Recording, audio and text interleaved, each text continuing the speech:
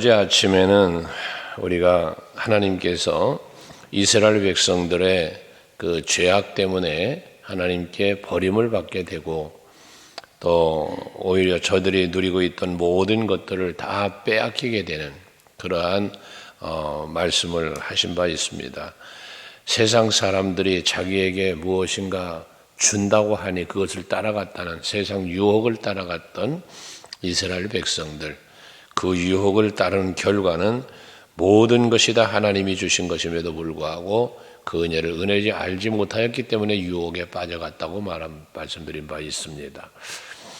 그러니까 결과적으로 저들은 모든 것들을 다 빼앗기게 되었다라고 말씀을 드렸어요. 그래서 누렸던 모든 포도나무나 무화과 나무들이 다 거칠게 되고 수풀이 돼서 들짐승들로 먹게 한다라는 말씀을 한 바 있죠. 그런데 이제 14절 이후는 이스라엘 백성을 향한 하나님의 크신 사랑에 대하여 말씀하는데 그 사랑은 긍휼로 저들을 회복시키시는 거예요. 회복시키시는 하나님, 용서하시는 하나님을, 그리고 그에 따르는 은혜와 복도 주시는 하나님을 말씀하고 있습니다.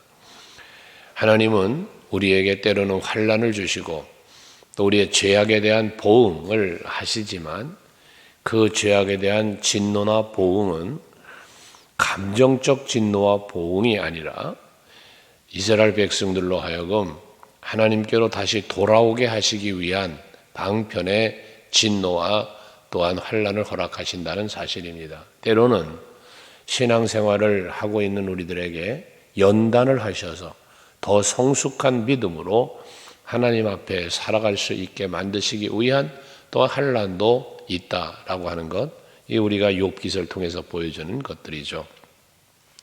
이렇게 하나님은 고난도 때로는 주시지만 그렇게 벌을 주셨던, 진노하셨던 하나님이 14절 말씀해 보니까 보라 내가 그들을 타일러 거친들로 데리고 가서 말로 위로하고 라고 말합니다. 그들을 타일렀다라는 말씀을 합니다. 잘못하는 자들을 꾸짖는 것으로만 끝나는 것이 아니라 그들의 잘못을 가르쳐 주었다는 거죠. 깨닫게 해줬다는 거죠. 타일렀다는 것은 그러면 안 된다, 그것은 죄다 라는 사실을 깨닫게 해주신다는 거예요. 그러면서 뭐 했다고요? 위로했다는 거예요.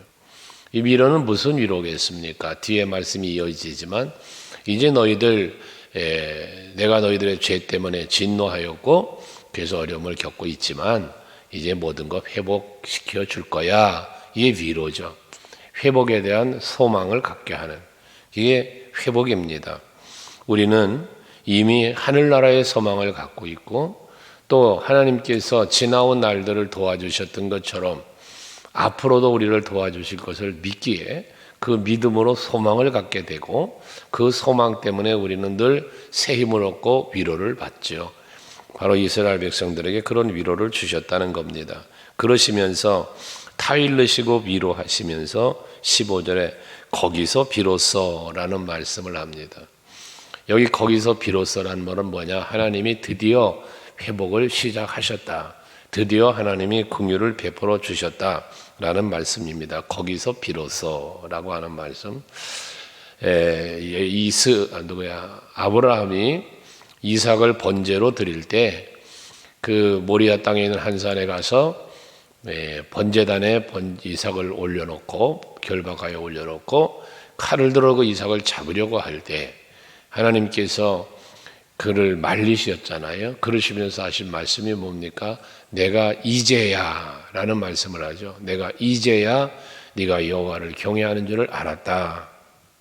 아브라함을 시험하신 하나님이 그 시험에 순종으로 합격할 때 하나님은 이제야, 거기 말씀에도 여기 이제야라는 말은 여기 비로소라는 말씀과 같은 의미가 아니겠습니까? 아, 네가 이삭을 제물로 드리는 거 보니 정말 네가 나를 경외하는구나 라는 걸 하나님이 인정해 주셨다는 거죠. 여기 이스라엘 백성들을 타이르고 위로하시면서 그들이 위로를 받고 하나님을 찾게 되어지는 걸 의미하죠. 거기서 비로소 하나님께서는 그 15절에 보니까 그의 포도원을 그에게 주고 라고 했어요. 앞에서 12절에 보면 그 포도나무와 무화과나무를 거칠게 해서 수풀이 되게 했다. 그래서 들짐승에게 주겠다라고 말씀을 하셨던 하나님이신데, 이제는 뭐합니까? 저들을 위로하시고 저들이 이제 비로소 하나님을 찾는 그러한 상황에 이르를 때니 그 포도원을 다시 그들에게 주신다는 거예요. 빼앗았던 것을 다시 주시는 거죠. 이게 회복입니다. 하나님께서 여러분들에게 혹여라도 빼앗았던 것이 있다면 그 빼앗았던 것을 다시 돌려주는, 그리고 더 큰 은혜와 복을 주시는 그 하나님의 은혜가 이 아침에 여러분에게 있기를 축원합니다. 그리고 아골골짜기로 소망의 문을 삼아주리니라고 했습니다. 이 아골골짜기는 어느 것입니까? 아간이 범죄하여 하나님 앞에 범죄해서 돌로 맞아 죽고 그 돌무덤이 되었을 때 그것을 아골골짜기라 말하지 않았습니까? 이거는 결국 죄악의 결과로 말미암아 임하는 환난, 사망, 이것을 일컬어 말하는 거죠. 소망이 없는 절망에 빠지는 것을 말하는데, 그랬던 아골골짜기를 소망의 문을 삼아 주신다.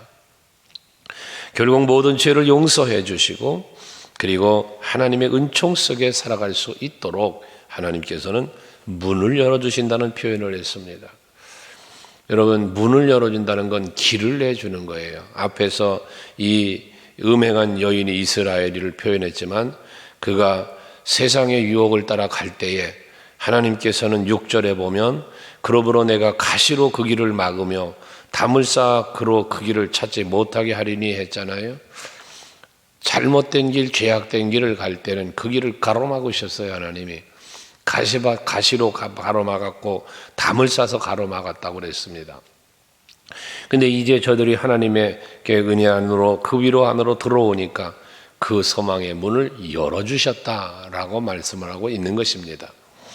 여러분들이 오늘 하루를 살아갈 때, 앞으로 미래를 향하여 나아갈 때에 하나님께서 그 길을 막고 닫는 것이 아니라, 가로막는 것이 아니라 이처럼 소망으로 활짝 문을 열어주시고 길을 열어주시는 은혜가 있기를 축복합니다.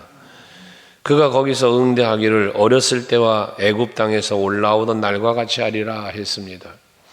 애굽 땅에서 올라오던 때가 어떤 때입니까? 애굽에서 종노릇하고 노예로 고통 소리를 들으셨던 하나님이 모세를 보내서 그들을 구원해내실 때의 일 아닙니까?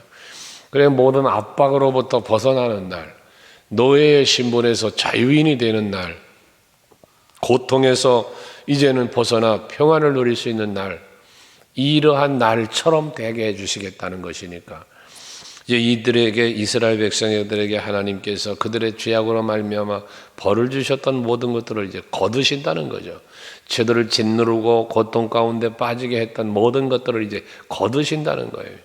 그러니 이들은 뭐가 됐어요? 평안이 있고 복된 삶이 이루어지게 되는 것이죠. 이게 진정한 회복입니다.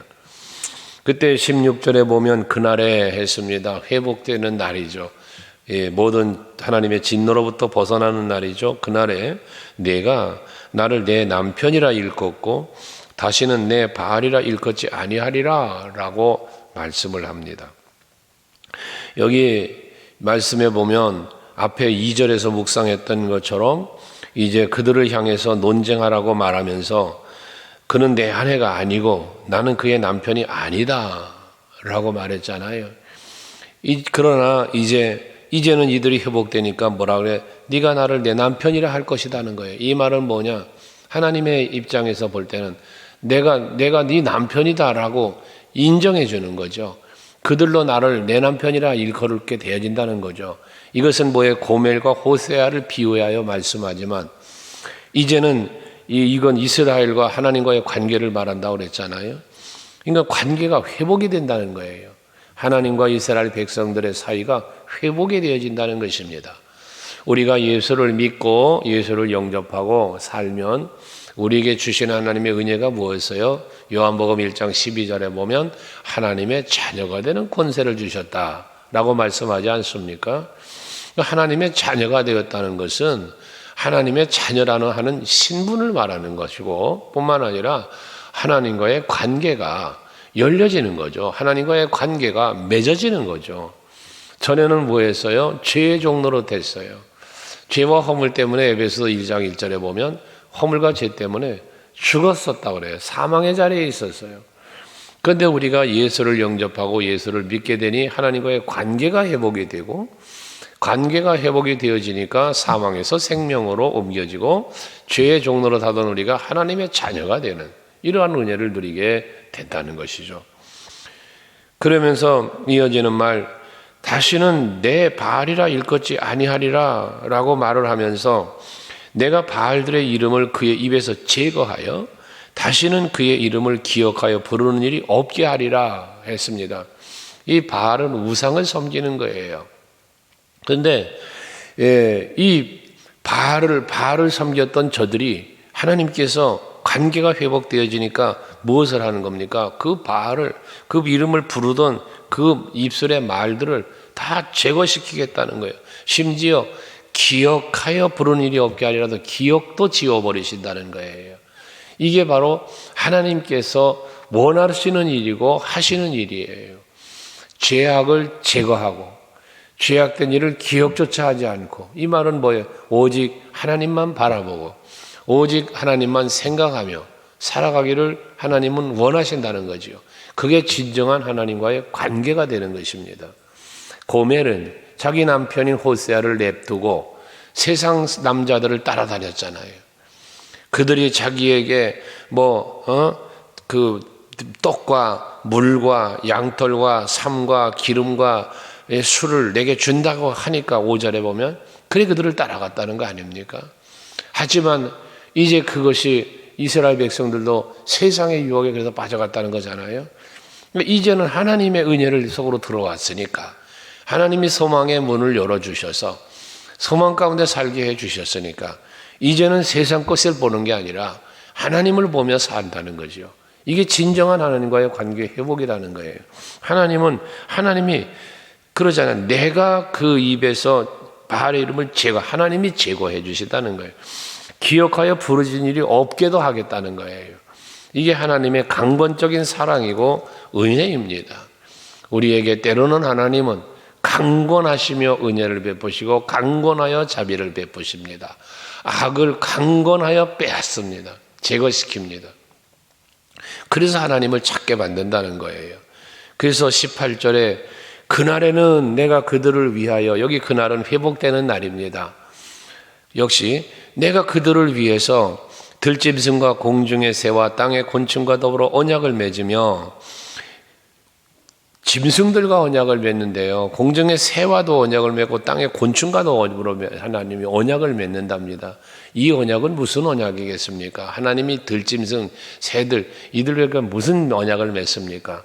천지 만물을 만드실 때에 인간을 지으시기 이전에 모든 생물들에게 하나님은 생육하고 번성하고 땅에 충만하라는 복을 하나님이 주시죠.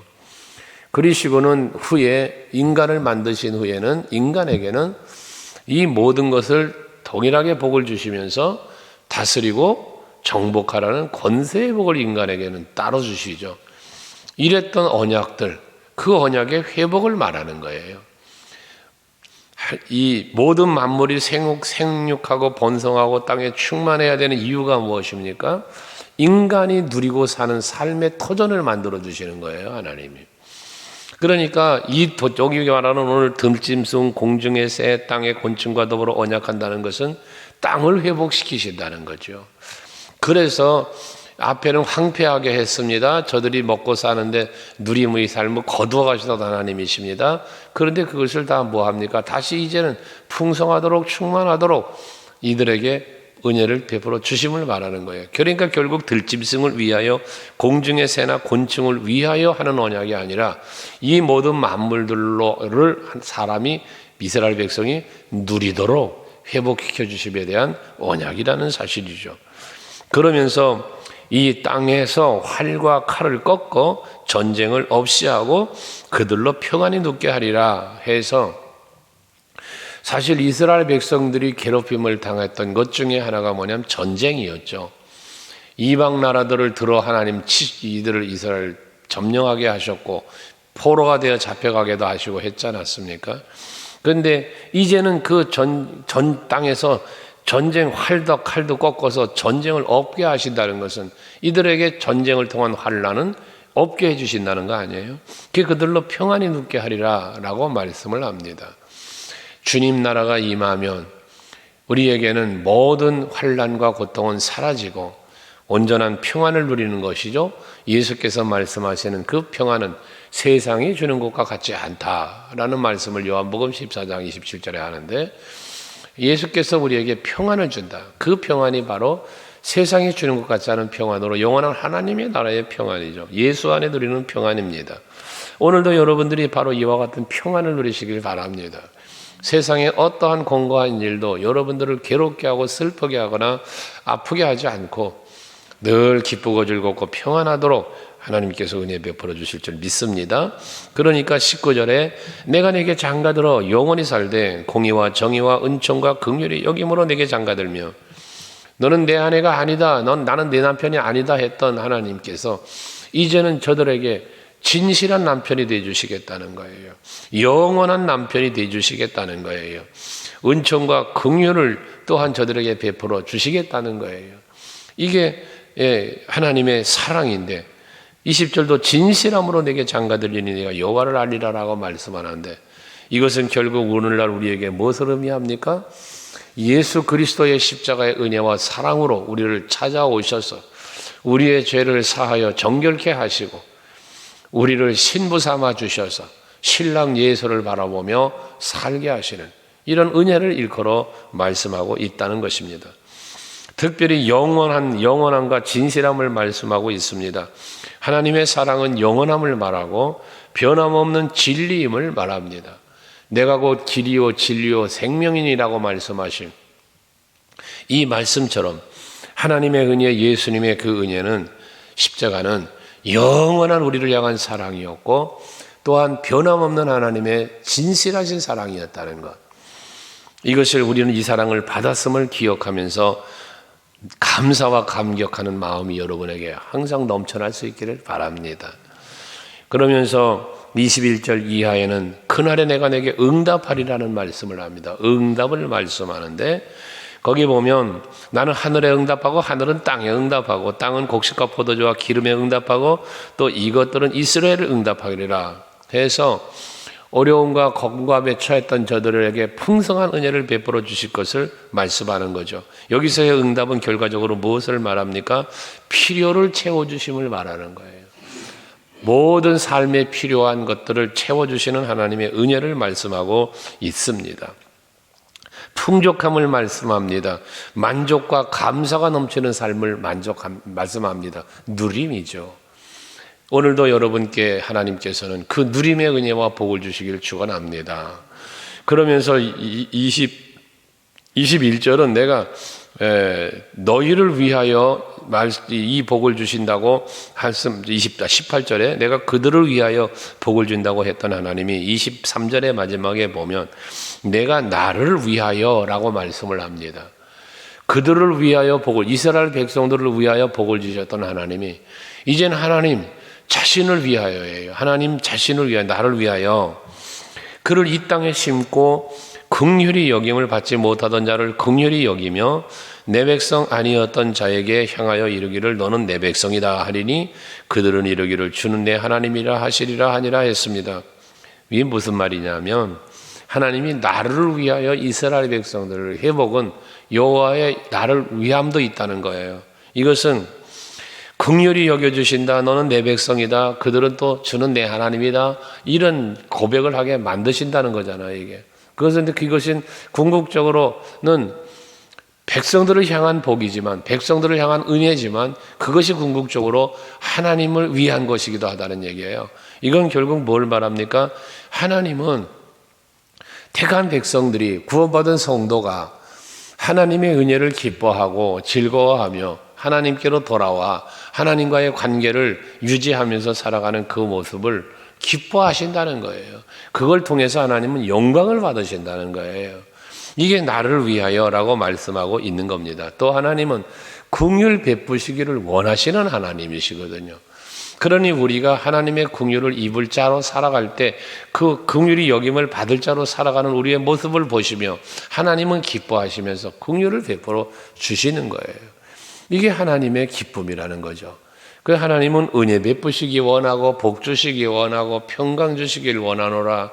민수기 6장에서 말씀하는 것처럼 이렇게 베풀어 주시길 원하는 하나님이 베풀어 주실 때 기쁜 거예요. 그게 주고자 할 때 그 주는 게 기쁜 거예요. 엄마가 음식을 만들어 놓고 아이들에게 먹으라고 내놨을 때 남편도 마찬가지 맛있게 먹어주면 그게 이 어머니의 기쁨 아니겠어요?